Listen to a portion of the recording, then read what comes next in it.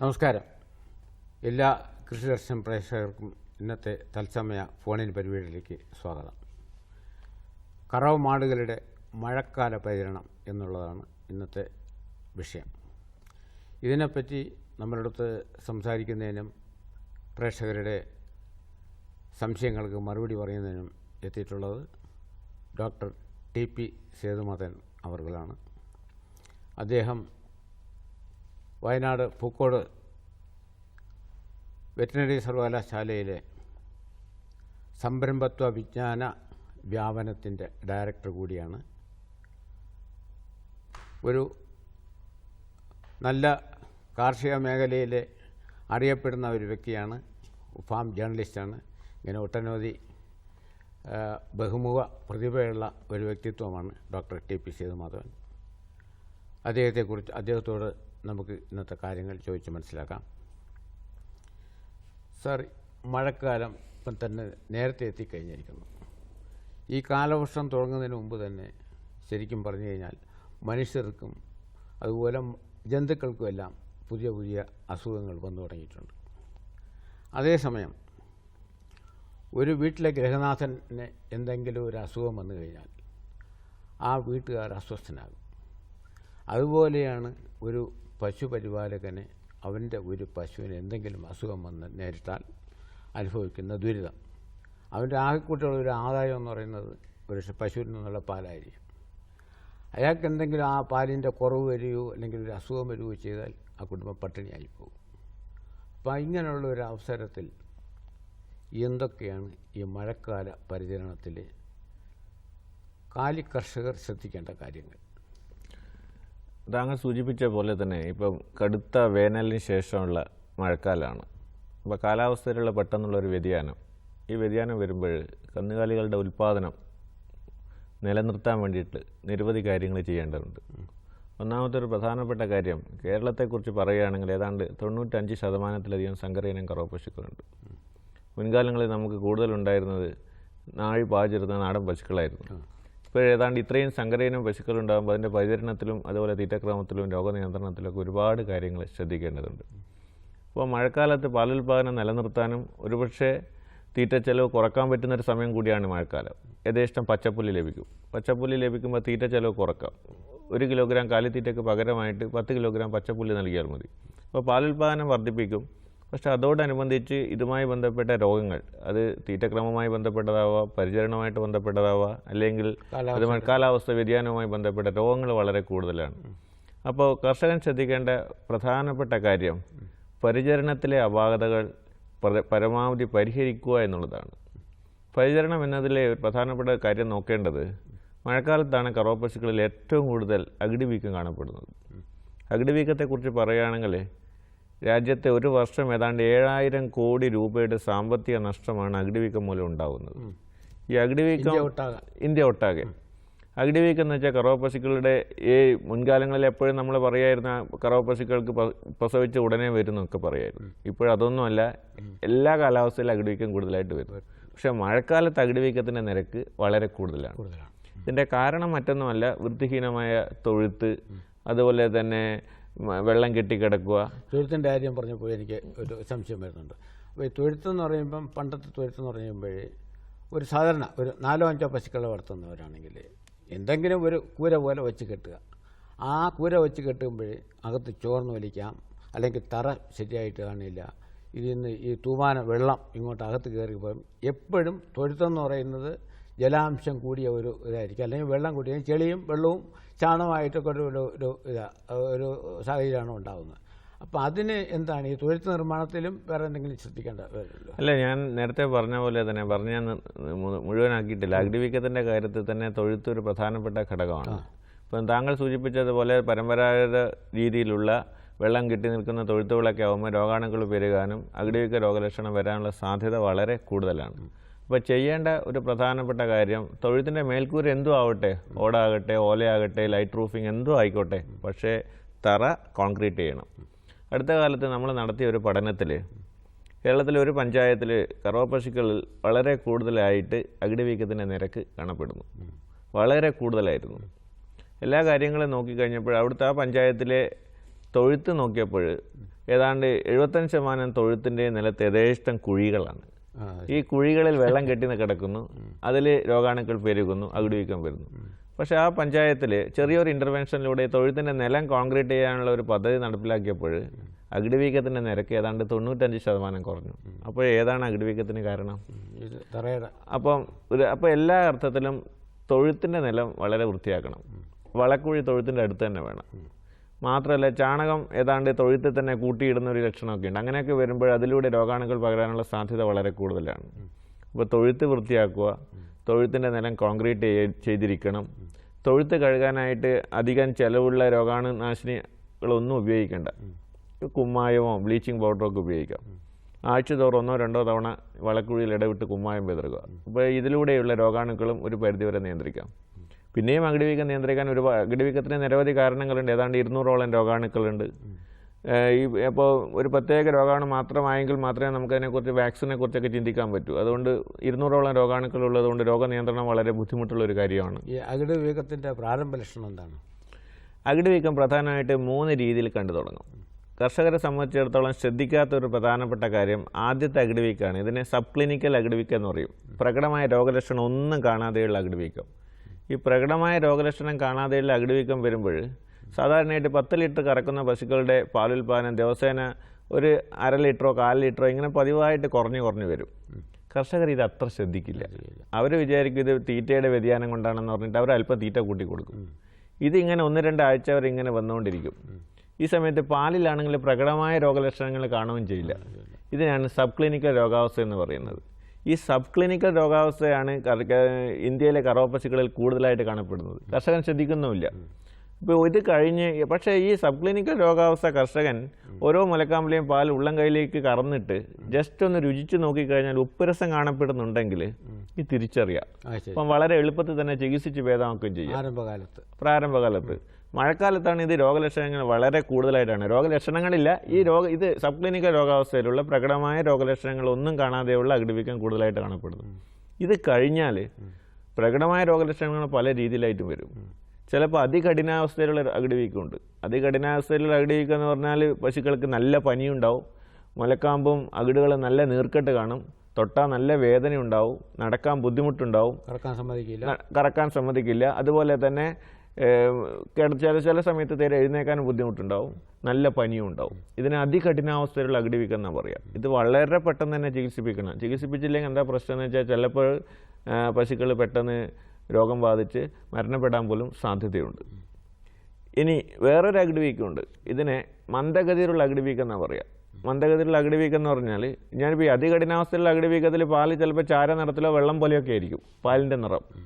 മന്ദഗതിയിലുള്ള അകിടുവീക്കം എന്ന് പറഞ്ഞാൽ ഒരു മുലക്കാമ്പിലെ പാല് തൈര് പോലെയോ അല്ലെങ്കിൽ മറ്റേ മഞ്ഞ നിറത്തിലോ ആയിരിക്കും. പക്ഷേ പ്രകടമായ രോഗലക്ഷണങ്ങൾ മറ്റേ തീറ്റ തിന്നും, അതുപോലെ തന്നെ പനിയൊന്നും ഉണ്ടാവില്ല. അതികഠിനാവസ്ഥയെ പോലെ തീറ്റ തിന്നാതിരിക്കുന്ന പ്രശ്നമൊന്നുമില്ല.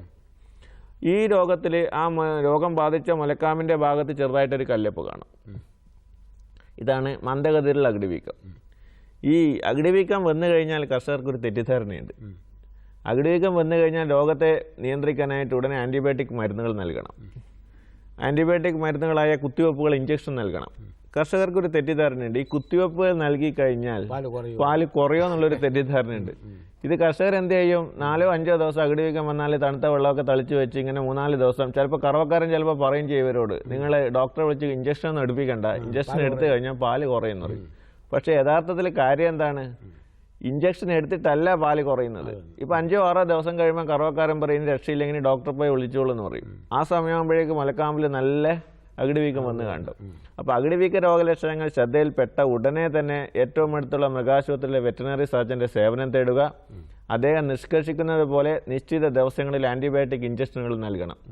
ചില കർഷകർ എന്താ ചെയ്യുക? ആൻറ്റിബയോട്ടിക്കുകൾ ഇഞ്ചക്ഷൻ നൽകിക്കഴിഞ്ഞാൽ ആദ്യത്തെ ഒരു ദിവസം 1-2 ദിവസം നൽകിക്കഴിഞ്ഞാൽ ചിലപ്പോൾ കുറഞ്ഞു കഴിഞ്ഞാൽ അവിടെ പിന്നെ കുത്തിവെപ്പ് എടുക്കാൻ താല്പര്യം കാണിക്കില്ല. അപ്പോഴെന്താ ചെയ്യുക? ഒരു 2 ആഴ്ച കഴിയുമ്പോൾ വീണ്ടും അകിടുവീക്കം വരും. ഇങ്ങനെ നിരന്തരമായ ഇടവിടെ വന്നുകൊണ്ടിരിക്കുമ്പോൾ ഈ മന്ദഗതിയിലുള്ള അകിടുവീക്കം ഒരു മുലക്കാമ്പിൻ്റെ ഭാഗത്ത് ഇങ്ങനെ വന്നുകൊണ്ടിരിക്കും. ഇങ്ങനെ അകിടുവീക്കം പല രീതിയിലാണ് വരുന്നത്. പക്ഷേ വന്നതിന് ശേഷമുള്ള കാര്യങ്ങളാണ് ഡോക്ടർ പറഞ്ഞത്. അതേസമയത്ത് ഇത് വരാതിരിക്കുന്നതിനുള്ള മാർഗങ്ങൾ എന്തൊക്കെയാണ്? അകിടിലുണ്ടാകുന്ന എത്ര നിസ്സാരമായ മുറിവുകളും വ്രണങ്ങളും ചികിത്സിപ്പിക്കണം. അതാണ് ആദ്യം ചെയ്യേണ്ടത്. പിന്നെ കറവ കൃത്യസമയത്ത് കറക്കണം. ഒരു ക്ലിപ്തതയില്ലാത്ത സമയക്രമം ഇല്ലാതൊക്കെ കറക്കുമ്പോൾ അകിടുവീക്കം വരാനുള്ള സാധ്യത വളരെ കൂടുതലാണ്. അടുത്തൊരു പ്രധാനപ്പെട്ട പ്രശ്നം, കറവക്കാരൻ ശുചിത്വബോധമുള്ള ആളായിരിക്കണം. കയ്യിലെ നഖങ്ങൾ മുറിച്ചു മാറ്റിയിരിക്കണം. ഇനി ഒരിക്കലും കറക്കുമ്പോൾ മടക്കി പിഴിയരുത്. പിന്നെ മുഴുവൻ പാലും കറന്നെടുക്കണം. ഇതൊക്കെ ചെയ്യണം. പിന്നെ തൊഴുത്ത് വളരെ വൃത്തിയുള്ള തൊഴുത്തായിരിക്കണം. അകിടുവീക്കം വരാതെ നിയന്ത്രിക്കുകയാണ് നമ്മൾ ആദ്യം ചെയ്യേണ്ടത്. ഇതിനും ചില നടപടിക്രമങ്ങളുണ്ട്. ഉദാഹരണമായിട്ട് കറവയ്ക്ക് ശേഷം ഒരു കപ്പ് ഒരു നേർപ്പിച്ച പൊവിഡോൺ ലായനി, ബിറ്റാഡിൻ ലായനി എന്ന് പറയും, അതിലേക്ക് 4 മുലക്കാമ്പുകൾ ഒന്ന് മുക്കി വെച്ച് കഴിഞ്ഞാൽ ഒരു 30 സെക്കൻഡ് മുക്കി വെച്ച് കഴിഞ്ഞാൽ ഈ മുലക്കണ്ണിൻ്റെ അറ്റത്ത് ഇതിൻ്റെ രോഗാണുക്കളെ കടത്താൻ വിടില്ല. അതോടെ ഇതിൻ്റെ ഈ ബിറ്റാഡിൻ്റെ ഒരു കവചം വരും, അണുനാശക ഘടകം. അപ്പം അകിടുവീക്കം വരാനുള്ള സാധ്യത കുറയും. ഇതിലും പ്രധാനപ്പെട്ട ഒരു കാര്യം, അകിടുവീക്കം പല കാലങ്ങളിലും വരുമെങ്കിലും പ്രസവിച്ച ഉടനെ കറവപ്പശുക്കളിൽ അകിടുവീക്കത്തിനുള്ള സാധ്യത വളരെ കൂടുതലാണ്. ഇതിനുള്ള ഒരു പ്രധാനപ്പെട്ട കാരണം, സാധാരണയായിട്ട് കർഷകർ അവരെ കറവപ്പശുക്കൾ അടുത്ത പ്രസവത്തിന് മുമ്പ് എത്ര മാസം വരെ കറക്കണം എന്നതിനെക്കുറിച്ച് വ്യത്യസ്ത നിലവാരമാണ് ഉപയോഗിക്കുക. ചിലർ പറയും 7 മാസത്തിൽ കറവ ഒഴിവാക്കും, ചിലരാണെങ്കിൽ 6 മാസം വരെ മാത്രമേ കറക്കുള്ളൂ. ശാസ്ത്രീയമായ രീതിയിൽ കറവ പശുക്കളെ അവയുടെ അടുത്ത പ്രസവത്തിന് മുമ്പായിട്ട് 1.5 മാസം മുമ്പെങ്കിലും റെസ്റ്റ് കൊടുക്കണം. എങ്കിലും മാത്രമേ അടുത്ത പ്രസവത്തിന് ശേഷം അകിടിലെ കോശങ്ങൾ കൂടുതൽ പാൽ ഉൽപ്പാദിപ്പിക്കാൻ സജ്ജമാവും. പാൽ ഉണ്ടെങ്കിലും ഇല്ലെങ്കിലും അല്ല പാൽ ഉണ്ടെങ്കിൽ ചെയ്യേണ്ട കാര്യം ഞാൻ പറയാം. അപ്പോൾ ശരാശരി എത്ര മാസത്തിൽ ഒഴിവാക്കണം? 7.5 മാസത്തിൽ കറവ് ഒഴിവാക്കണം. എന്ന് വെച്ച് 7.5 മാസത്തിൽ പെട്ടെന്ന് കറവ് ഒഴിവാക്കിയാൽ എന്താ പറ്റുക? പെട്ടെന്ന് അകിടിലെ പാല് കെട്ടി നിൽക്കും, പിന്നെ അകിട് വീക്കം വരും. അപ്പോൾ 7.5 മാസത്തിൽ കറവ് ഒഴിവാക്കണമെങ്കിൽ അതിനൊരു 2 ആഴ്ച 3 ആഴ്ച മുമ്പ് തന്നെ അതിനുള്ള നടപടിക്രമം തുടങ്ങണം. എന്താണ് നടപടിക്രമം?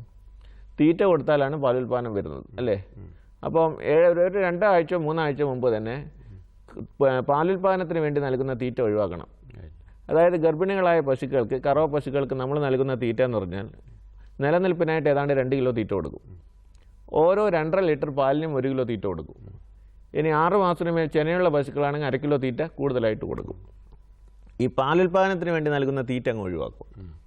ഈ പാലുൽപാദനത്തിന് വേണ്ടി നൽകുന്ന തീറ്റ ഒഴിവാക്കി കഴിഞ്ഞാൽ പാൽ ക്രമേണ കുറയും. ചില കർഷകർ ചെയ്യുന്നൊരു കാര്യമുണ്ട്, പാലുൽപാദനത്തിന് വേണ്ടി നൽകുന്ന തീറ്റ ഒഴിവാക്കി യഥേഷ്ടം പച്ചപ്പുല്ലോ തീറ്റപ്പുല്ലോ കൊടുക്കും. അതൊരു കാര്യമില്ല. അത് കാര്യം എന്ന് വെച്ചാൽ 10 കിലോ തീറ്റപ്പുല്ലിന് 1 കിലോ തീറ്റയ്ക്ക് തുല്യമായി. അപ്പോൾ പാലുൽപാദനം നന്നായിട്ട് കൂടും, പാലുൽപാദനം കുറയില്ല.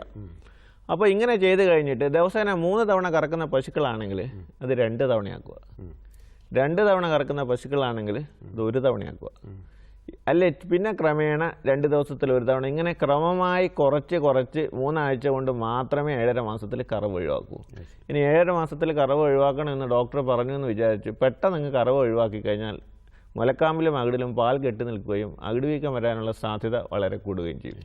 ഇനി അവസാനത്തെ കറവയിൽ മുഴുവൻ പാലും പിഴിഞ്ഞ് കളഞ്ഞ ശേഷം 4 മുലക്കാമ്പിലും ആൻറ്റിബയോട്ടിക് മരുന്നുകളുണ്ട്, ഇൻട്രാമെമറി ട്യൂബുകൾ എന്ന് പറയും. ഈ 4 മുലക്കാമ്പിൽ ഓരോ ട്യൂബ് കയറ്റി കഴിഞ്ഞ് നന്നായിട്ട് തടവുക.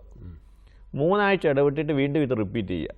ഇങ്ങനെ 2 തവണ ചെയ്ത് കഴിഞ്ഞാൽ പ്രസവാനന്തരമുള്ള രൂക്ഷമായ അകിട് വീക്കം ഒഴിവാക്കാം. അല്ലെങ്കിൽ എന്താ പ്രശ്നം വരുന്നത്? പെട്ടെന്ന് കറവ് ഒഴിവാക്കി ഓരോ ദിവസം കഴിയുന്തോറും കർഷകൻ വിചാരിക്കും ഇത് പാലിറങ്ങി വരുന്നതാണ്, പ്രസവം എടുത്തതല്ലേ എന്ന് വിചാരിക്കും. പ്രസവിച്ച് കഴിയുമ്പോൾ അകിട് തൊടുമ്പോഴാണ് നമുക്ക് മനസ്സിലാവുക നല്ല കല്ലെപ്പ് കാണും മുലക്കാമ്പിൽ. ഇത് വ്യക്തമായ അകിട് വീക്കമാണ്. ഇനി കല്ലെപ്പ് ഒരു പരിധിയിലധികം രൂപപ്പെട്ട് കഴിഞ്ഞാൽ പിന്നെ ചികിത്സിപ്പിച്ചാലും പാലുൽപാദനം പൂർവ്വ രീതിയിൽ എത്തിക്കുക അത്ര എളുപ്പമല്ല. അപ്പോൾ അതുകൊണ്ട് പരിചരണത്തിൽ നമ്മൾ ശ്രദ്ധിക്കേണ്ട കാര്യത്തിൽ പ്രസവത്തിന് മുമ്പായി കറവ് ഒഴിവാക്കണം. കറവ് ഒഴിവാക്കുന്ന സമയത്ത് ഞാൻ ഈ പറഞ്ഞ പോലെ 4 മുലക്കാമ്പിലും ഈ ട്യൂബുകൾ കയറ്റണം. ഇതിനെ നമ്മൾ വറ്റുകാല ചികിത്സ എന്നാണ് പറയുക, ഡ്രൈ കൗ തെറാപ്പി. ഇതൊരു സാധാരണ ഒരു ക്ഷീര കർഷകനെ സംബന്ധിച്ചിടത്തോളം ചെയ്യാവുന്ന നടപടിക്രമമാണോ അതോ ഒരു വെറ്ററിനറി ഡോക്ടറുടെ സഹായത്തോടെ ചെയ്യാൻ പറ്റുള്ളൂ? ഒരു ക്ഷീരകർഷകന് സ്വന്തമായിട്ട് ചെയ്യാൻ പറ്റുന്നതാണ്. പക്ഷേ ഏത് മരുന്നാണ് പ്രിസ്ക്രൈബ് ചെയ്യേണ്ടത് എന്നുള്ളത് ഏറ്റവും അടുത്തുള്ള മൃഗാശുപത്രിയിലെ വെറ്ററിനറി സർജന്റെ ഉപദേശപ്രകാരം വാങ്ങിയിട്ട് മരുന്ന് ക്ഷീരകർഷകന് നേരിട്ട് ചെയ്യാവുന്നതാണ്. യാതൊരു ബുദ്ധിമുട്ടുള്ള കാര്യമല്ല. ഒരു സംശയം ചോദിച്ചു, ഈ അകിട് വീക്കം എന്ന് പറയുന്നത്, ഈ അകിട് വീക്കം എന്ന് പറയുന്നത് പകർച്ചരോഗയാണ്. ഇപ്പം 5-6 പശുവുള്ള ഒരു തൊഴുത്തില് അതിപ്പോൾ ഇത് ഒരെണ്ണത്തിന് അകിട് രോഗം വന്നാൽ മറ്റേ പശുക്കും വരാനുള്ള സാധ്യത ഇല്ല. അങ്ങനെയുള്ള അകിട് വീക്കം സാംക്രമിക രോഗമല്ല.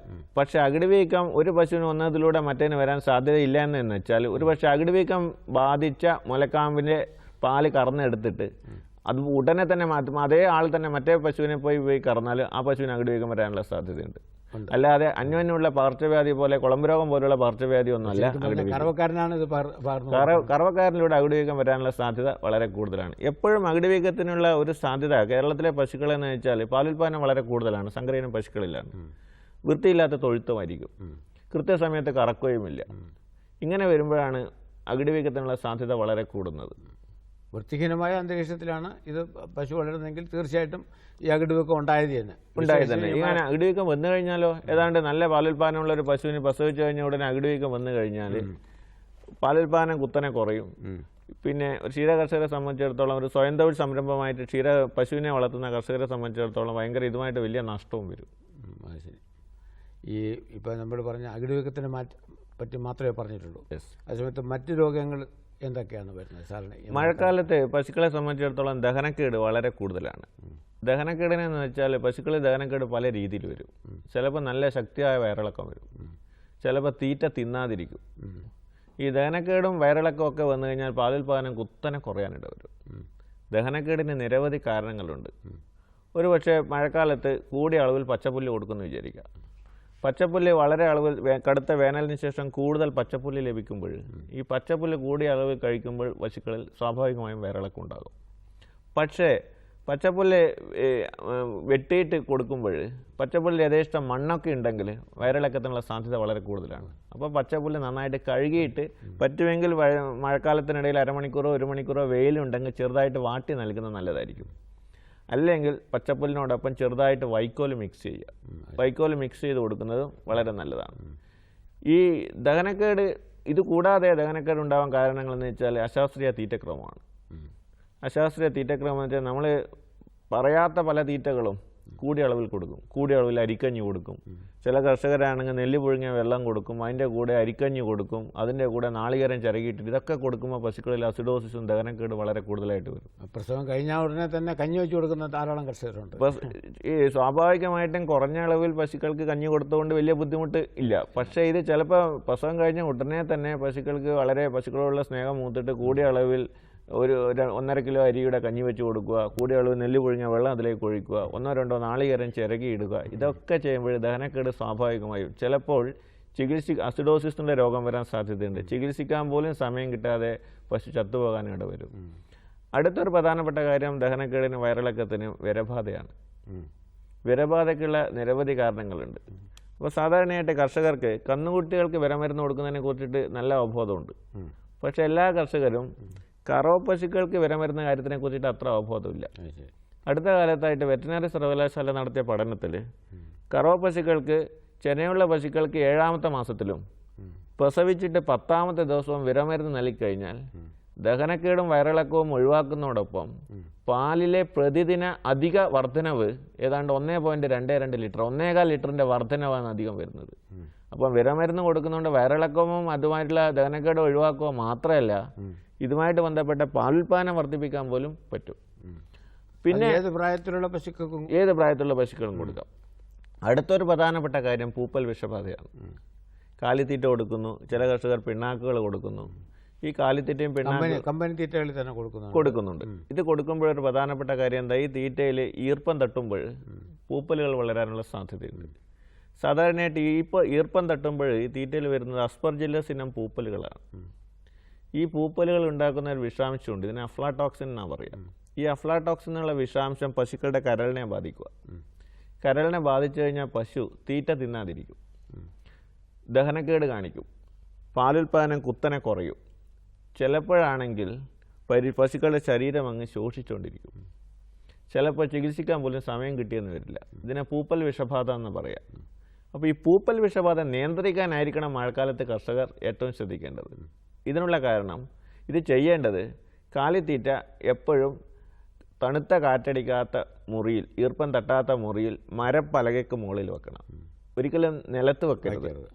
ചുമരിന് തട്ടാതെ, ഭിത്തിയോട് ചേരാതെ അടച്ച് സൂക്ഷിക്കണം. തീറ്റ ഒരു തവണ എടുത്തു കഴിഞ്ഞാൽ ചില കർഷകർ വിവിധ രീതിയിലാണ് തീറ്റ കൊടുക്കുന്നത്. തുറന്ന് തന്നെ വെച്ചു പോകും. ശാസ്ത്രീയമായ രീതിയിൽ തീറ്റ കൊടുക്കുക എന്ന് പറയുന്നത് തീറ്റ അല്പം വെള്ളത്തിൽ കുഴച്ച് വെള്ളം പ്രത്യേകമായിട്ട് കൊടുക്കണം. ചില കർഷകർ നൽകുന്നത്, ഏതാണ്ട് ഒരു 40% കർഷകർ നൽകുന്നത് ഒരു ബക്കറ്റ് വെള്ളത്തിലേക്ക് മുഴുവൻ തീറ്റയും കിട്ടും. ചിലപ്പോൾ കർഷകർ ചെയ്യുന്ന കാര്യം ഒരു സ്റ്റീലിൻ്റെ പാത്രം എടുത്തിട്ട് തീറ്റച്ചാക്കിൽ നിന്ന് തീറ്റ എടുത്ത് ഈ ഒരു ബക്കറ്റ് വെള്ളത്തിലേക്ക് അങ്ങ് കുത്തിയെടുക്കും. ആ പാത്രം എടുത്ത് വീണ്ടും എടുക്കും. അങ്ങനെ ചെയ്യുമ്പോൾ തീറ്റ നനയാനുള്ള സാധ്യത വളരെ കൂടുതലാണ്. അത് കൂടാതെ ഈ ലോറിയിലൊക്കെ തീറ്റ വരുമ്പോഴും മഴക്കാലത്ത് ചാറ്റലടിച്ചിട്ട് നനയാനുള്ള സാധ്യത വളരെ കൂടുതലാണ്. അപ്പോൾ പൂപ്പലുണ്ടാവും. ഇത് കൂടാതെ തന്നെ ശ്രദ്ധിക്കേണ്ട ഒരു കാര്യം, തീറ്റയിൽ പൂപ്പലുണ്ടെന്ന് സംശയം തോന്നുന്നുണ്ടെങ്കിൽ ആ തീറ്റ കൊടുക്കരുത്. ചില കർഷകർ പറയും തീറ്റ തീയിൽ ചൂടാക്കി കഴിഞ്ഞാൽ പോകുന്നൊക്കെ പറയും. അതിൽ തീയിൽ ചൂടാക്കിയാൽ പൂപ്പൽ വിഷാംശം പോവില്ല. പൂപ്പൽ വിഷാംശം നേരിയ തോതിൽ ഉണ്ടെങ്കിലെങ്കിലും പോകണമെങ്കിൽ വെയിലത്ത് 8 മണിക്കൂറെങ്കിലും ഇട്ട് ഉണക്കണം. മഴക്കാലത്ത് വെയിൽ കിട്ടുമെങ്കിൽ നാളെ കൊടുക്കുന്ന തീറ്റ ഇന്ന് വെയിലത്തിട്ട് ഉണക്കി നൽകുന്നത് ഏറ്റവും നല്ലതാണ്. അപ്പോൾ തീറ്റയിലൂടെയുള്ള പൂപ്പൽ വിഷബാധ മഴക്കാലത്ത് ഏറ്റവും പ്രധാനപ്പെട്ട ഒരു പക്ഷേ തീറ്റ ഫാക്ടറികളിൽ നിന്ന് വരുമ്പോൾ അതിൽ പൂപ്പൽ വിഷബാധയോ അതുപോലെ ഈർപ്പമൊന്നും ഉണ്ടാവണമെന്നില്ല. പക്ഷെ ട്രാൻസ്പോർട്ടേഷനിലോ അതുപോലെ വീടുകളിൽ സൂക്ഷിക്കുന്ന സ്ഥലത്ത് വേണ്ട രീതിയിൽ സൂക്ഷിക്കാതിരിക്കുക. ചിലപ്പോൾ തീറ്റയുടെ അടി ചാക്ക് നനഞ്ഞിട്ടുണ്ടാവും, അല്ലെങ്കിൽ ഭിത്തി നനവുള്ള സ്ഥലത്തായിരിക്കും തീറ്റ സൂക്ഷിക്കുന്നത്, അല്ലെങ്കിൽ തീറ്റ സൂക്ഷിക്കുന്ന മുറിയിൽ തണുത്ത കാറ്റടിക്കുന്നു. ഇങ്ങനെയൊക്കെ വരുമ്പോൾ സ്വാഭാവികമായും വിഷബാധയ്ക്കുള്ള പൂപ്പൽ വളരാനുള്ള സാധ്യത. സാർ ഡോക്ടർ പറഞ്ഞത് പൊടിത്തീറ്റയെ പറ്റിയാണ് പറഞ്ഞത്. അതെ. അതേസമയത്ത് ഇപ്പൊ പെല്ലറ്റ് രൂപത്തിലാണ് കൂടുതൽ ഇത് വരുന്നത്. അതെ. അപ്പൊ അതിനും ഈ പൂപ്പൽ രോഗം ഉണ്ടാകാറുണ്ടോ? പെല്ലറ്റ് തീറ്റയിലും പൂപ്പൽ വരാനുള്ള സാധ്യത ഉണ്ടെങ്കിലും പൊടിത്തീറ്റയെ അപേക്ഷിച്ച് പെല്ലറ്റ് നൽകുന്നത് ഏറ്റവും നല്ലതാണ്. അതിൽ പൂപ്പലുകളെ നിയന്ത്രിക്കാനുള്ള ബെൻറ്റനൈറ്റും അതൊക്കെ ചേർക്കുന്നുണ്ട്. അപ്പോൾ അതുകൊണ്ട് പൊടിത്തീറ്റയിൽ വരാനുള്ള സാധ്യത കുറവാണ്.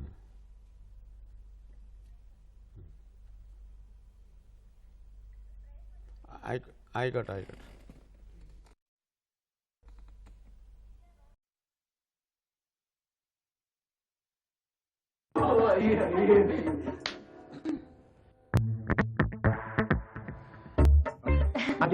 दरवाजे से ही क्यों? मेहमान नवाजी का मौका तो दीजिए। मेहमान नवाजी या मच्छर नवाजी? मच्छर नवाजी? हाँ, घर में मच्छरों की इतनी आवभगत, पता नहीं मच्छरों से डेंगू चिकनगुनिया जैसी बीमारियां। सुना तो है पर सोचने का नहीं, करने का टाइम है। ड्रम कूलर आदि को हर सप्ताह साफ करें। ऐसी कोई चीज जिसमें पानी जमा हो सके उसे इधर उधर ना फेंके। मच्छरों के काटने से बचे। बुखार में पैरासीटामोल, एस्प्रिन हर किसी नहीं। तेज बुखार और थकावट होने पर तुरंत अस्पताल चलें। तो आप क्या कहना पसंद करेंगे, मच्छर नवाज या मेहमान नवाज? पिछली बार बाढ़ में बहुत तबाही हुई थी, सारा सामान बह गया था और पशु भी बंधे रह गए थे। अम्मा, इस बार बाढ़ आ गई तो इस बार हम तैयार हैं। खबर मिलते ही टॉर्च, सूखा खाना, दवाइयाँ, पीने का साफ पानी, रस्सी, माचिस, जरूरी कागजात और पहचान पत्र लेकर किसी ऊंची जगह पर चले जाएंगे। तैयारी कर लो अम्मा, बाढ़ आने के पूरे संकेत हैं। सब लोग राफ्ट बना रहे हैं। आपके हित में तत्पर एनडीए में।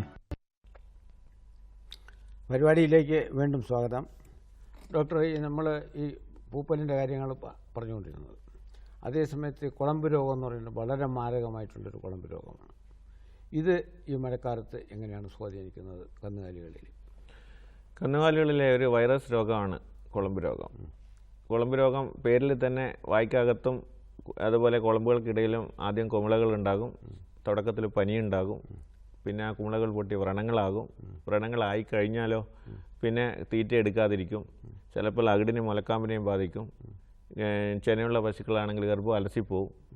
ഇനി കന്നുകുട്ടികളാണെങ്കിൽ കുളമ്പ് വിട്ടുപോവും. ഇങ്ങനെ നിരവധി പ്രശ്നം, അതായത് ഉൽപ്പാദനം നന്നായിട്ട് കുറയും. മറ്റ് രോഗങ്ങളെ അപേക്ഷിച്ച് മരണനിരക്ക് മറ്റേതിനെ പോലെ അത്ര കൂടുതലൊന്നും ഇല്ലെങ്കിലും പാലുൽപാദനം ഗണ്യമായിട്ട് കുറയും. വൈറസ് രോഗമായതിനാൽ ചികിത്സിക്കുന്നതിനേക്കാൾ ഏറ്റവും നല്ലത്, ഏറ്റവും ഫലപ്രദമായ മാർഗം രോഗം വന്ന് ചികിത്സിക്കുന്നതിനേക്കാളും നല്ലത് പ്രതിരോധ കുത്തിവയ്പ്പുകൾ എടുക്കുക എന്നുള്ളതാണ്. സംസ്ഥാന മൃഗസംരക്ഷണ വകുപ്പ് കഴിഞ്ഞ 7-8 വർഷങ്ങളായി നിരന്തരമായി ഗോരക്ഷാ പദ്ധതിയിൽ ഉൾപ്പെടുത്തിക്കൊണ്ട് കുളമ്പ് രോഗ നിയന്ത്രണ പദ്ധതികൾ നടപ്പിലാക്കിക്കൊണ്ടിരിക്കുകയാണ്. ഇപ്പോഴത്തന്നെ ഒരു 3 ആഴ്ച നീണ്ടു നിൽക്കുന്ന കുളമ്പ് രോഗ നിയന്ത്രണ പദ്ധതി സംസ്ഥാനത്തെ 14 ജില്ലകളിൽ നടന്നുകൊണ്ടിരിക്കുകയാണ്. അപ്പോൾ 6 മാസത്തിന് മേലെ പ്രായമുള്ള എല്ലാ കന്നുകാലികളെയും കുത്തിവയ്പ്പിക്കുകയാണ്. അപ്പോൾ രോഗത്തെ നിയന്ത്രിക്കാനായിട്ട് ഏറ്റവും ഫലപ്രദമായ മാർഗം പ്രതിരോധ കുത്തിവയ്പ്പ് എടുക്കുക എന്നുള്ളതാണ്. നമുക്കൊരു കോളുണ്ട്. ഓക്കെ. ഹലോ ഹലോ സാർ, നമസ്കാരം. നമസ്കാരം, പറയണം. എവിടുന്നാ? ഞാനെങ്കിൽ ആലപ്പുഴ ഡിസ്ട്രിക്ട് ചെങ്ങന്നൂരിൽ നിന്നാണ് സംസാരിക്കുന്നത്. പേരെന്താണ്? സുരേഷ് ബാബു. ചോദിക്കണം, ഡോക്ടറുടെ മറുപടി പറഞ്ഞോളണം, ചോദിക്കണം. സുരേഷ് ബാബു പറയൂ.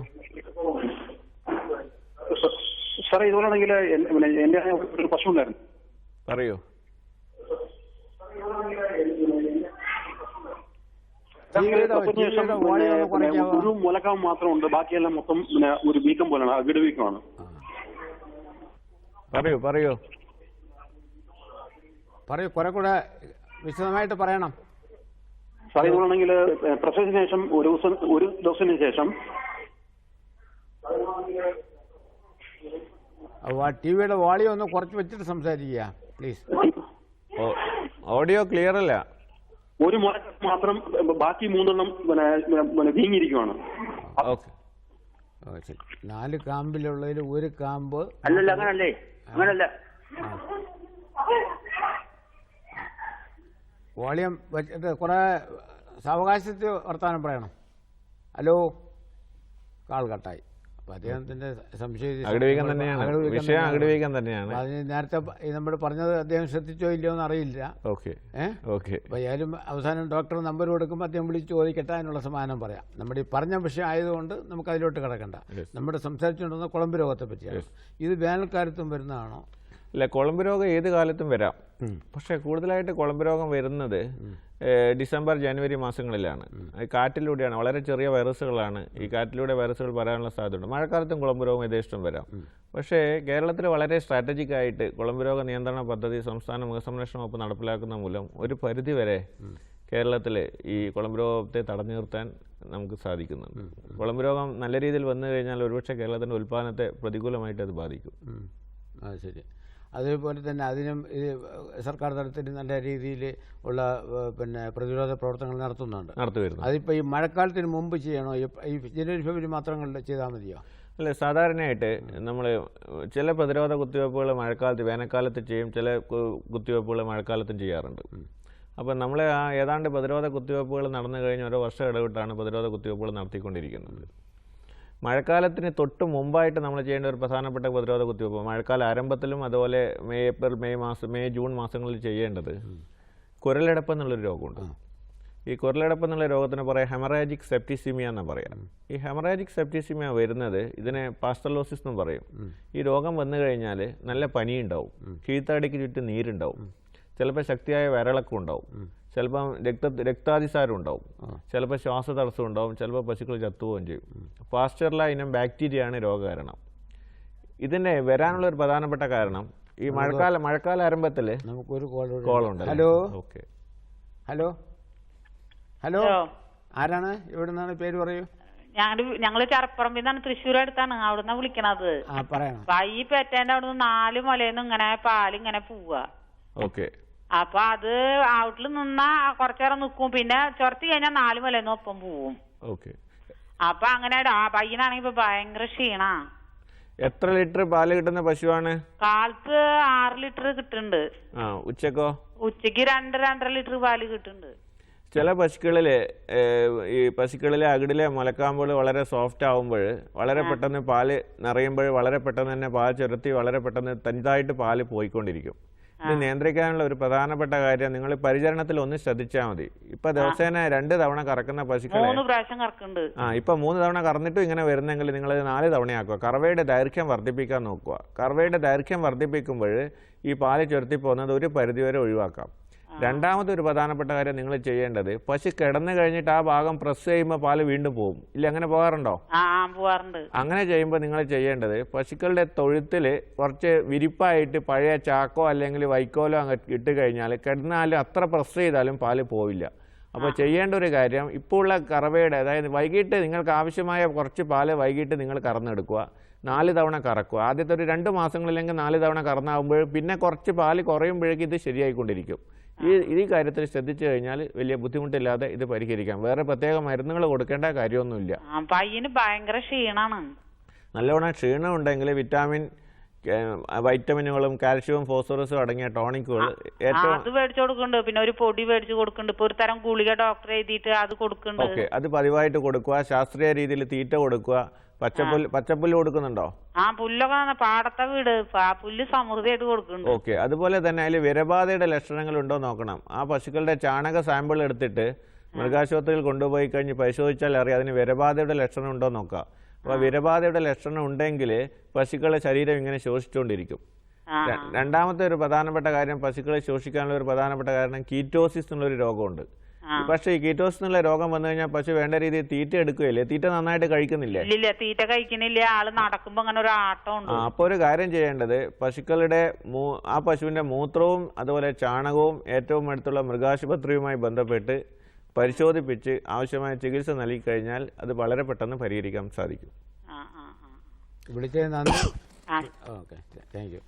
ഡോക്ടർ, നമ്മളിപ്പോൾ പറഞ്ഞത് കുരലടുപ്പിൻ്റെ കാര്യമാണ് പറഞ്ഞു നിർത്തിയത്. പകുതിക്കാണ് നിർത്തിയത്. അപ്പം കുരലടുപ്പം വരാനുള്ളൊരു സാധ്യത എന്ന് അറിയിച്ചാൽ, ഈ മഴക്കാല ആരംഭത്തിൽ യഥേഷ്ടം പച്ചപ്പുല്ല് വരുമല്ലോ. വേനൽക്കാലത്തിലാണെങ്കിൽ പശുക്കൾക്ക് പച്ചപ്പുല്ല് ലഭിക്കുകയും ചെയ്യില്ല. അപ്പോൾ പച്ചപ്പുല്ല് കാണുമ്പോൾ പശു ആർത്തിയോടെ പച്ചപ്പുല്ല് അങ്ങ് തിന്നും. അപ്പം വായിൽ ചെറിയ പോറലുകൾ വരും. ഈ ചെറിയ പോറലുകളിൽ കൂടിയാണ് ഈ പാസ്റ്റർല ഇനം രോഗാണുക്കൾ, ഈ കുരലടപ്പ് ഉണ്ടാക്കുന്ന രോഗാണുക്കൾ ഈ വായ്ക്കകത്തേക്ക് കിടക്കുന്നത്. ഇത് ഓൾറെഡി മണ്ണിലുള്ള രോഗാണുക്കളാണ്. അപ്പോൾ അങ്ങനെയാണ് രോഗലക്ഷണങ്ങൾ കാണുന്നത്. അപ്പോൾ രോഗത്തെ നിയന്ത്രിക്കാനായിട്ട് ഫലപ്രദമായ പ്രതിരോധ കുത്തിവയ്പ്പുകളുണ്ട്. മൃഗസംരക്ഷണ വകുപ്പിൻ്റെ കീഴിൽ തിരുവനന്തപുരം ജില്ലയിലെ പാലോട് പ്രവർത്തിക്കുന്ന വെറ്റിനറി ബയോളജിക്കൽ ഇൻസ്റ്റിറ്റ്യൂട്ട് ഉണ്ട്. Institute of veterinary health and animal biologicals. അവിടെ നിർമ്മിക്കുന്ന വാക്സിനുകളുണ്ട്. ഇത് സംസ്ഥാനത്തെ എല്ലാ മൃഗാശുപത്രികൾ വഴിയും സൗജന്യമായിട്ട് കുത്തിവയ്പ്പ് നൽകാനുള്ള സംവിധാനം ഇന്നുണ്ട്. അപ്പോൾ ഓരോ വർഷം തോറും കന്നുകാലികളെ മഴക്കാലത്തിന് തൊട്ട് മുമ്പ് മഴക്കാല ആരംഭത്തിൽ കുത്തിവെച്ച് കഴിഞ്ഞാൽ കുരലടപ്പിനെ കുറിച്ച് പേടിക്കേണ്ട കാര്യമില്ല. അത് പ്രതിരോധ കുത്തിവയ്പ്പായിട്ട് തന്നെ നടത്തണം. തീർച്ചയായും. അപ്പോൾ അതുപോലെ ഇപ്പോൾ ഈ മഴക്കാലത്ത് ഇപ്പോൾ ചക്ക മാങ്ങ ഇവിടെ സീസണാണ്. ഇത് വീട്ടിലെ മിക്കവാറും ഈ നാട്ടുമ്പുറം വീടുകളിലും മിക്കവാറും കാണും. അതല്ലെന്നുണ്ടെങ്കിലും ഈച്ചയുടെ വളരെ ബാഹുല്യമായ ഒരു സ്ഥിതിവിശേഷമാണുള്ളത്. വീട്ടിലായാലും ശരി, നാട്ടിലായിരുന്നാലും ശരി. ഇത് പശുക്കളെ തൊഴുത്തിനെ വളരെയേറെ ബാധിക്കുന്നുണ്ട്. ഈ ഈച്ചകൾ കൊണ്ട് എന്തെങ്കിലും ഉപദ്രവമുണ്ടോ? ഈ മഴക്കാലത്തിൽ ഏറ്റവും കൂടുതൽ ഈച്ചകളും അതുപോലെ ചെള്ളുകളും ബാഹ്യപരാതങ്ങൾ എന്ന് പറയും. ബാഹ്യപരാതബാധ വളരെ കൂടുതലാണ്. ഇതുമായിട്ട് ബന്ധപ്പെട്ട നിരവധി രോഗങ്ങളുണ്ട്. ഈച്ചകളിലൂടെ പകരുന്ന ഒരു സാൻഫ്ലൈ ഇനം ഈച്ചകളിലൂടെ പകരുന്ന ഒരു പ്രധാനപ്പെട്ട ഒരു വൈറൽ രോഗമാണ് മുടന്തൻ പനി എന്ന് പറയും. അതായത് പശുക്കളിൽ നല്ല പനി ഉണ്ടാവും. നമുക്കൊരു കാൾ വീണ്ടും ഉണ്ട്. ഹലോ ഹലോ ഹലോ ആരാണ്? ഞാൻ ശശി, എന്റെ പേര് ശശിയാണ്. എവിടെ നിന്ന് വിളിക്കുന്നു?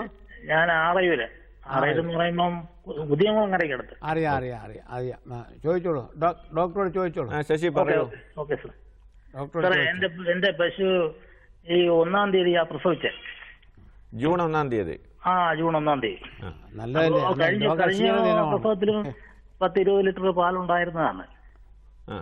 അപ്പൊ ഇപ്പോഴേ അതിന്റെ കന്നുകുട്ടി ഒരാഴ്ച ആയപ്പോ ചത്തുപോയി. ഓക്കെ. അപ്പൊ പിന്നെ അപ്പോഴേ കന്നുകുട്ടി ഉണ്ടായിരുന്നപ്പം കറന്നപ്പം കുഴപ്പമില്ലായിരുന്നു. ഇപ്പോഴ് കന്നുകുട്ടി ഇല്ലായിരുന്നപ്പോഴും യഥാർത്ഥത്തില് ചുരത്തുമില്ല. അപ്പൊ ഇപ്പൊ മടിനീര് പോലെ ചുവന്ന് കാമ്പൊക്കെ ഉള്ളിലോട്ട് വലിഞ്ഞ് മടിയൊക്കെ വലുതായിട്ട് കാണുന്നുണ്ട്. സ്വാഭാവികമായിട്ടും ഈ കറവപ്പശുക്കളിൽ പാല് ചെറുത്താതിരിക്കാൻ നിരവധി കാരണങ്ങളുണ്ട്. കന്നുകുട്ടി പെട്ടെന്ന് ചത്തുപോയി എന്നുള്ളത് ഒരു സമ്മർദ്ദം കാരണം താൽക്കാലികമായിട്ട് ചെറുത്തലിന് ഒരു ചെറിയൊരു ബുദ്ധിമുട്ടുണ്ടായേക്കാം. പക്ഷെ അത് ക്രമേണ ഒരു 2-3 ആഴ്ച കൊണ്ട് ക്രമേണ ശരിയായിക്കൊണ്ടിരിക്കും. ഇതിന് പ്രത്യേക ചികിത്സ നൽകേണ്ട ആവശ്യമില്ല. ഇനി വീണ്ടും ചെറുത്തുന്നതിന് ബുദ്ധിമുട്ടുണ്ടെങ്കിൽ പാൽ ചെറുത്താൻ സഹായിക്കുന്ന ചില മരുന്നുകളുണ്ട്. ആ മരുന്നുകൾ വെറ്റിനറി സർജന്റെ ഉപദേശപ്രകാരം വാങ്ങി കൊടുത്താൽ മതിയാവും. അതെ, ഇപ്പം മടിക്കെട്ടിങ്ങനെ വലുതായിട്ട് ഇരിക്കുകയാണ്. അപ്പം അതിന്റെ കാമ്പാണെങ്കിൽ ഉള്ളിലോട്ട് വലഞ്ഞു ഇരിക്കുകയാണ്. അകിടി വീക്കത്തിന്റെ ലക്ഷണമൊന്നുമില്ലല്ലോ? അകിടിൽ കല്ലിപ്പ് കാണപ്പെടുന്നുണ്ടോ? കല്ലിപ്പ് ആയിട്ടില്ല, ചെറിയ കല്ലിപ്പുണ്ട്. നന്നായി വെള്ളം തളിച്ചു കൊടുക്കുക. എന്നിട്ട് എല്ലാ മുലക്കാമെന്നും പാല് വരുന്നുണ്ടോ നോക്കുക. ഇങ്ങനെ പരിശോധിച്ച് കഴിഞ്ഞ് എന്നിട്ട് ചെറുത്തൽ പ്രക്രിയ ശരിക്കും നടക്കുന്നില്ലെങ്കിൽ വെറ്റിനറി സർജന്റെ ഉപദേശപ്രകാരം വേണ്ട ചികിത്സിപ്പിക്കുക. പറ്റുമെങ്കിൽ 4 മുലക്കാമ്പിലെയും പാല് ഓരോ ചെറിയ കുപ്പികളിലാക്കിയിട്ട് മൃഗാശുപത്രികളിൽ ചെന്ന് പരിശോധിച്ച് കഴിഞ്ഞാൽ സബ് ക്ലിനിക്കൽ രോഗാവസ്ഥയിലുള്ള അകിടി വീക്കം ഉണ്ടോ എന്ന് തിരിച്ചറിയാനും സാധിക്കും. അതെ, അടുത്ത നെയ്യാറ്റിൻകര മൃഗാശുപത്രി ഉണ്ടല്ലോ, ഈ ആറയൂരിനടുത്ത്. നെയ്യാറ്റിൻകര അവിടെ പോയിട്ട് പരിശോധിച്ചാൽ മതി. മൃഗന്മാരായ ഡോക്ടർമാരുണ്ട് അവിടെ ഒന്ന് കൊണ്ടുപോകണം ദയവായിട്ട്. അടുത്ത് അധികം ദൂരമില്ലല്ലോ ആറയൂരിൽ നെയ്യാറ്റിൻകരമായിട്ട്. ഓക്കെ, വിളിച്ചതിന് നന്ദി. അപ്പോൾ ഈച്ചകളുടെ കാര്യത്തിൽ നമ്മൾ പറഞ്ഞൊരു മുടന്തൻ പനി എന്നുള്ള രോഗമുണ്ട്. അതിന് എഫിമറൽ ഫീവർ എന്നാ പറയാ. ഒരു വൈറസ് രോഗമാണ്. സാൻഫ്ലൈനം ഈച്ചകളിലൂടെയാണ്, ഈ കടിക്കുന്ന ഈച്ചകളിലൂടെയാണ് പകരുന്നത്. ഇത് വന്നാൽ നല്ല പനി ഉണ്ടാവും. ഇതിനെ കൈകളിലും കൈകാലുകളിലും മാറി മാറി മുടന്ത് കാണപ്പെടും. പശു എഴുന്നേക്കാൻ ബുദ്ധിമുട്ട് കാണിക്കും. പശുക്കളിൽ മാത്രമല്ല കിടാരികളിലും കന്നുകുട്ടികളിലും ഇത് കാണപ്പെടും. ഇതിനെ 3 ദിവസത്തെ പനി എന്നാ പറയാറ്. ചിലപ്പോൾ 3 ദിവസം കഴിഞ്ഞാൽ തനിയാൻ എഴുന്നേക്കും. ചില സന്ദർഭങ്ങളിൽ എഴുന്നേക്കാൻ ബുദ്ധിമുട്ട് കാണിക്കുന്നുണ്ടെങ്കിൽ വേദന സംഹാരികളും മറ്റു മരുന്നുകളും ഡോക്ടറുടെ ഉപദേശപ്രകാരം നൽകേണ്ടി വരും. ഈച്ചകളെയും ചെള്ളുകളെയും നിയന്ത്രിക്കാൻ തൊഴുത്തിൽ മഴക്കാലത്ത് ചെയ്യാവുന്ന ഏറ്റവും പ്രധാനപ്പെട്ട കാര്യം ഒരു മണ്ണിൻ്റെ പാത്രത്തിൽ ചകിരി ഇട്ടിട്ട് കുന്തിരിക്കം പോലുള്ള വസ്തുക്കൾ ഇട്ട് നന്നായി പുകയ്ക്കുന്നത് നല്ലതാണ്. പുകച്ചു കഴിഞ്ഞാൽ ഒരു പരിധിവരെ ഈച്ചകളും കൊതുകുകളും ഒക്കെ പോകും. രണ്ടാമത്തെ ഒരു കാര്യം, പ്രധാനപ്പെട്ട കാര്യം, ഈ കർപ്പൂരം വേപ്പെണ്ണയിൽ ചാലിച്ചിട്ട് പശുക്കളുടെ ദേഹത്ത് തടവുക. ഈ ദേഹത്ത് തടവി കഴിഞ്ഞാൽ ഈ ബാഹ്യപരാധങ്ങളുടെ ഈച്ചകളുടെ കടിയിൽ നിന്നും ഒരു പരിധിവരെ നിയന്ത്രിക്കാൻ പറ്റും. പിന്നെ ഞാൻ മുമ്പ് സൂചിപ്പിച്ച പോലെ തന്നെ വളക്കുഴിയിൽ ഇടയ്ക്കിടെ കുമ്മായി ഇടുക. വീണ്ടും ഹലോ ഹലോ ഹലോ ഡോക്ടറെ, എന്റെ പശുവിന്റെ ദേഹം തീപ്പൊള്ളല് പോലെ ഇടയ്ക്കിടയ്ക്ക്. ദയവായി സ്ഥലവും പേരും പറയണം. പേര് ജയകുമാരി, ഊരിനാട്ടിൽ നിന്നാണ്. ഓക്കെ. പശുവിന്റെ ദേഹമാണെങ്കിൽ തീപ്പൊള്ളല് പോലെ കുരുത്തുകുരുത്ത് വരും. എന്നിട്ട് പിന്നെ അത് അങ്ങ് തൊലി പോവും. അതിന് വാലില്ല. വാല് ഈ അയ്യത്ത് കൊണ്ട് കെട്ടിയപ്പോ കുരുങ്ങി മുറിഞ്ഞു പോയതാ. അതുകൊണ്ട് ദേഹം അങ്ങനായിട്ട് അങ്ങ് ഈച്ച അടിക്കാൻ പറ്റത്തില്ലേ? പശുക്കളുടെ ദേഹത്ത് പശുക്കളുടെ വാലിന്റെ ഒരു പ്രധാനപ്പെട്ട ഒരു കടമ എന്നുള്ളത് ഈച്ചകളെയും ബാഹ്യപരാധങ്ങളെയും അകറ്റുക എന്നുള്ളതാണ് ഒരു പ്രധാനപ്പെട്ട കടമ. ഈ പശുക്കൾക്ക് ഇതിന് വാലില്ലാത്തത് കൊണ്ട് ഈച്ചകളെ അകറ്റാൻ പറ്റുന്നില്ല. അപ്പോൾ അതിന് ഈച്ചകളുടെ കടി ഏറ്റാൽ ഉണ്ടാവുന്ന ഫ്ലൈ ഡെർമറ്റൈറ്റിസ് എന്നൊരു രോഗമാണ് ദേഹത്ത് മുഴുവൻ ഇങ്ങനെ പൊള്ളലേറ്റ പോലെ കാണാനുള്ള ഒരു പ്രധാനപ്പെട്ട കാരണം. അതുകൊണ്ട് ഈച്ചകളെയും ചെള്ളുകളെയും ചുറ്റും നിയന്ത്രിച്ചാൽ മാത്രമേ ഇതിനൊരു ശാശ്വത പരിഹാരമുള്ളൂ. അതിനുള്ള കാരണം ഞാൻ നേരത്തെ പറഞ്ഞു. അതിന് എന്താ ചെയ്യേണ്ടതെന്ന് ഞാൻ പറഞ്ഞു കഴിഞ്ഞു. അതായത് നിങ്ങളുടെ വേപ്പെണ്ണയിൽ കർപ്പൂരം ചാലിച്ച് ദേഹത്ത് തടവുക. അതുപോലെ തന്നെ ഈച്ചകളെ നിയന്ത്രിക്കാൻ പറ്റുന്ന യഥേഷ്ടം ലേപനങ്ങൾ വാങ്ങാൻ കിട്ടും, അത് വാങ്ങി ദേഹത്ത് തടവുക. പിന്നെ തൊഴുത്തിൽ നന്നായിട്ട് പുകയ്ക്കുക. ഇപ്പം നന്നായിട്ട് ദേഹത്ത് പൊള്ളി വന്ന ഭാഗങ്ങളിൽ ഈ ഡെർമറ്റൈറ്റിസ് പുഴുക്കടി പോലെ വന്ന ഭാഗങ്ങളിൽ അത് ഇപ്പം വെറ്റിനറി ഡോക്ടറുടെ ഉപദേശപ്രകാരം ലഭിക്കുന്ന ഓയിൻമെൻറ്റുകളുണ്ട്. ഈ ഓയിൻമെൻറ്റുകൾ വാങ്ങി ദേഹത്ത് തടവുക. ചിലപ്പോൾ മൃഗാശുപത്രിയിൽ നിന്ന് തന്നെ നിങ്ങൾക്ക് അത്തരം മരുന്നുകൾ കിട്ടിയേക്കാം. ഇത് ചെയ്തു കഴിഞ്ഞാൽ രോഗത്തെ നിയന്ത്രിക്കാൻ സാധിക്കും. ഇതിൻ്റെ ഒരു പ്രധാനപ്പെട്ട ഇത് വരാനുള്ള കാരണം ഈച്ചകളെ നിയന്ത്രിക്കാനുള്ള പശുക്കളുടെ സംവിധാനമായ വാലാട്ടിയുള്ള ആ നിയന്ത്രണം സാധിക്കാത്തതുകൊണ്ടാണ് ഈച്ച കടിയേക്കാൻ പശു നിർബന്ധിതമാവുന്നത്. ഇതാണ് ഒരു പ്രധാനപ്പെട്ട കാരണം. ഓക്കെ, വിളിച്ചതിന് നന്ദി. അപ്പോൾ ഈ ഈച്ചയുടെ ഇത് വന്നപ്പോഴാണ് അവർക്ക് ഓർമ്മ വന്ന് ആയാലും ഈച്ചകളെ അകറ്റുക എന്നുള്ളതാണ് വാലിന്റെ ഒരു പ്രധാനപ്പെട്ട കടമ. അത് പറ്റുന്നില്ല, ഈ വാലില്ലാത്ത പശുവാണ്. അതുപോലെ നമുക്കിപ്പം നമ്മുടെ സമയം ഏകദേശം തീരാറായിരിക്കുന്നു.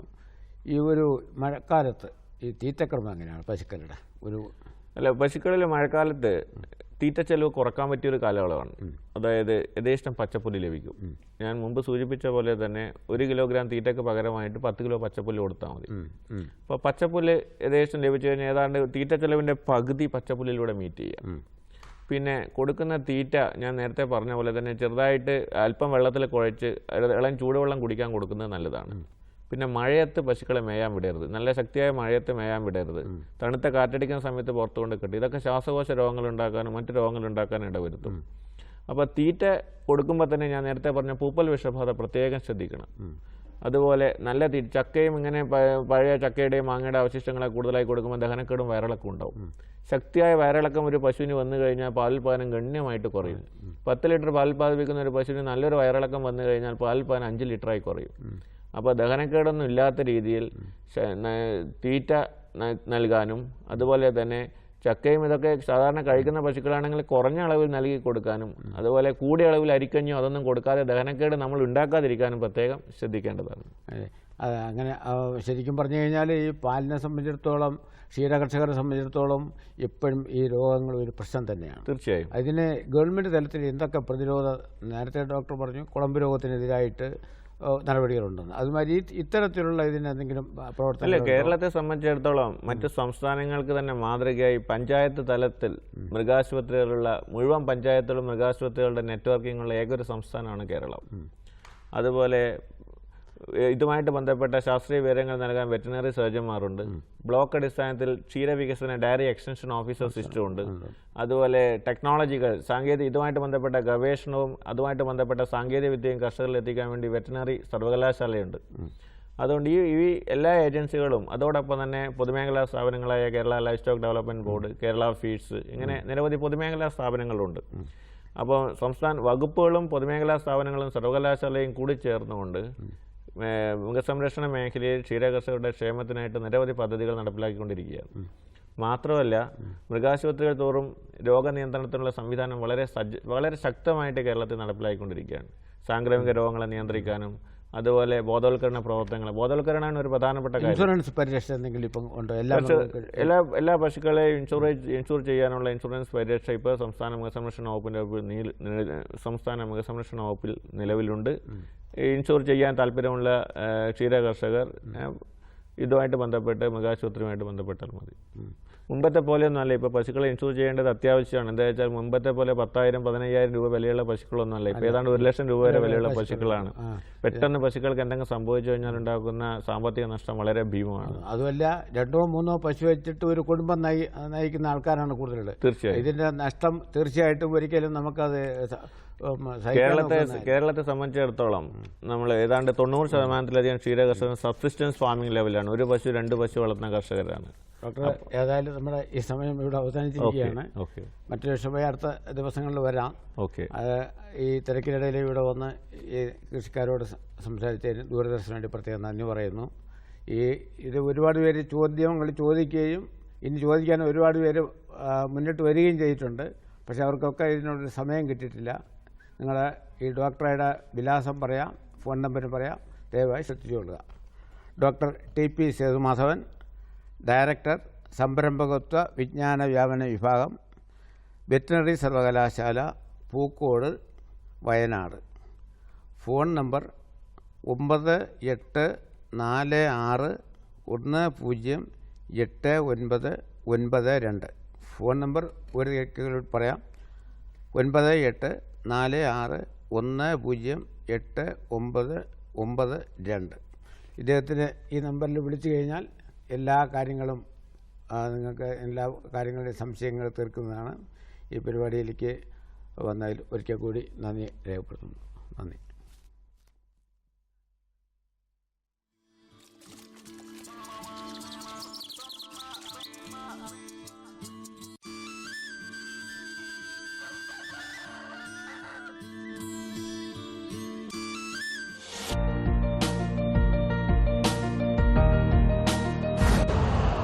यूरिया का स्वदेशी उत्पादन 70 लाख टन बढ़ाने के लिए 6 उर्वरक संयंत्रों का उद्घाटन किया जा रहा है।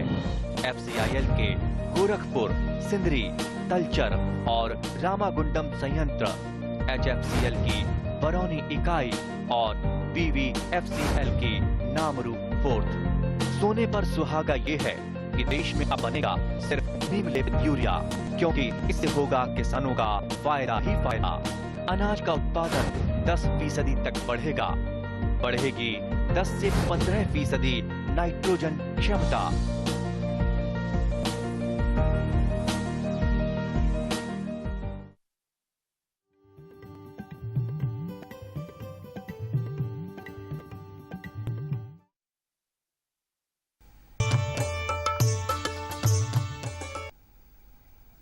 നമസ്കാരം.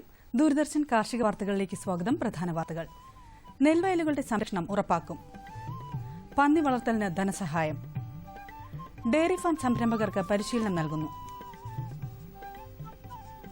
വിശദമായ വാർത്തകളിലേക്ക്. നെൽവയലുകൾ സംരക്ഷിക്കുന്നതിന് ശക്തമായ നിലപാടുകൾ സ്വീകരിക്കുന്നതിന് വേണ്ട നിർദ്ദേശങ്ങൾ സർക്കാർ കൃഷി വകുപ്പ് ഉദ്യോഗസ്ഥർക്ക് നൽകിയിരിക്കുകയാണ്. നെൽകൃഷി ചെയ്യുന്ന മുഴുവൻ ഭൂമിയും ഡാറ്റാ ബാങ്കിൽ ഉൾപ്പെടുത്തേണ്ടതാണ്. നെൽവയൽ നികത്തുന്നത് ശ്രദ്ധയിൽപ്പെട്ടാൽ അത് കൃഷിഭവനിലെ ഉദ്യോഗസ്ഥർ പ്രിൻസിപ്പൽ അഗ്രികൾച്ചറൽ ഓഫീസറെ അറിയിക്കേണ്ടതാണ്. ഡാറ്റാ ബാങ്ക് തയ്യാറാക്കുന്നതിന്റെ പ്രവർത്തനങ്ങൾ പൂർത്തീകരിച്ച് ഗസറ്റിൽ വിജ്ഞാപനം ചെയ്യുന്നതിന് വേണ്ട നടപടികളും സ്വീകരിച്ചു വരുന്നു. റബ്ബർ തോട്ടങ്ങളിൽ ഇടവിളകൾ കൃഷി ചെയ്യുന്നതിൽ റബ്ബർ ബോർഡ് പരിശീലനം നൽകുന്നു. റബ്ബറിനോടൊപ്പം കൃഷി ചെയ്യാവുന്ന ഇടവിളകൾ, അവയുടെ നടീൽ രീതികൾ, പരിപാലനം എന്നിവയിലുള്ള പരിശീലനം ജൂൺ 14 കോട്ടയത്തുള്ള റബ്ബർ ട്രെയിനിംഗ് ഇൻസ്റ്റിറ്റ്യൂട്ടിൽ വെച്ച് നടത്തുന്നു. പരിശീലന ഫീസ് 400 രൂപയാണ്. പരിശീലനത്തിൽ പങ്കെടുക്കുന്നതിന് ഫീസ് അടച്ചതിന്റെ രേഖയും അപേക്ഷകന്റെ ഫോൺ നമ്പറും സഹിതം ഇമെയിലായോ റബ്ബർ ട്രെയിനിംഗ് ഇൻസ്റ്റിറ്റ്യൂട്ടിൽ നേരിട്ടോ അപേക്ഷിക്കേണ്ടതാണ്. ഫോൺ 0481 235 1313. കൂത്താട്ടുകുളത്തുള്ള മീറ്റ് പ്രോഡക്ട്സ് ഓഫ് ഇന്ത്യ പന്നി വളർത്താൻ ധനസഹായം നൽകുന്നു. 10 പന്നികളെ വളർത്താൻ 180 ചതുരശ്ര അടി കൂട്, 2 ക്യൂബിക് മീറ്റർ ബയോഗ്യാസ് പ്ലാന്റ്, പന്നിക്കുഞ്ഞുങ്ങൾ, തീറ്റ, ഇൻഷുറൻസ് എന്നിവയടങ്ങിയ പദ്ധതിക്ക് 25% സബ്സിഡി നൽകും. വളർത്തി വലുതാക്കിയ പന്നികളെ MBAക്ക് തിരികെ നൽകണം.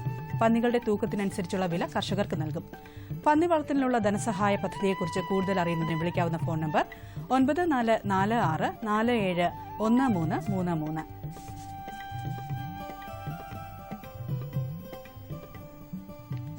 ഇന്ത്യൻ ഡയറി അസോസിയേഷൻ കേരള ഘടകം, Indian veterinary association Mannuthy unit എന്നിവയുടെ സംയുക്താഭിമുഖ്യത്തിൽ അത്യുൽപാദന ശേഷിക്കായി ഗോസൌഖ്യ ഉപാധികൾ എന്ന വിഷയത്തെ ആസ്പദമാക്കി ജൂൺ 25-ന് തൃശൂരിൽ ദേശീയ സെമിനാർ സംഘടിപ്പിക്കുന്നു.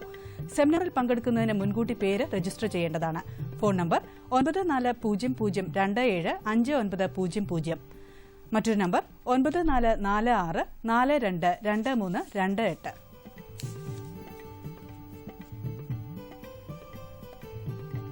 പുതിയ ഡയറി ഫാം സംരംഭകർക്കായി മിൽമ പരിശീലന കേന്ദ്രം ജൂൺ 20 മുതൽ 23 വരെ പരിശീലനം നൽകുന്നു. തൃശൂർ രാമവർമ്മപുരം മിൽമ ട്രെയിനിംഗ് സെന്ററിൽ വെച്ചാണ് പരിശീലനം. ജൂൺ 18-ന് മുൻപ് പേര് രജിസ്റ്റർ ചെയ്യേണ്ടതാണ്. കൂടുതൽ വിവരങ്ങൾക്ക് ബന്ധപ്പെടാവുന്ന വിലാസവും ഫോൺ നമ്പരും principal IC KCMAF Milma training centre, Ramavarmapuram, Thrissur. Phone 048726956869.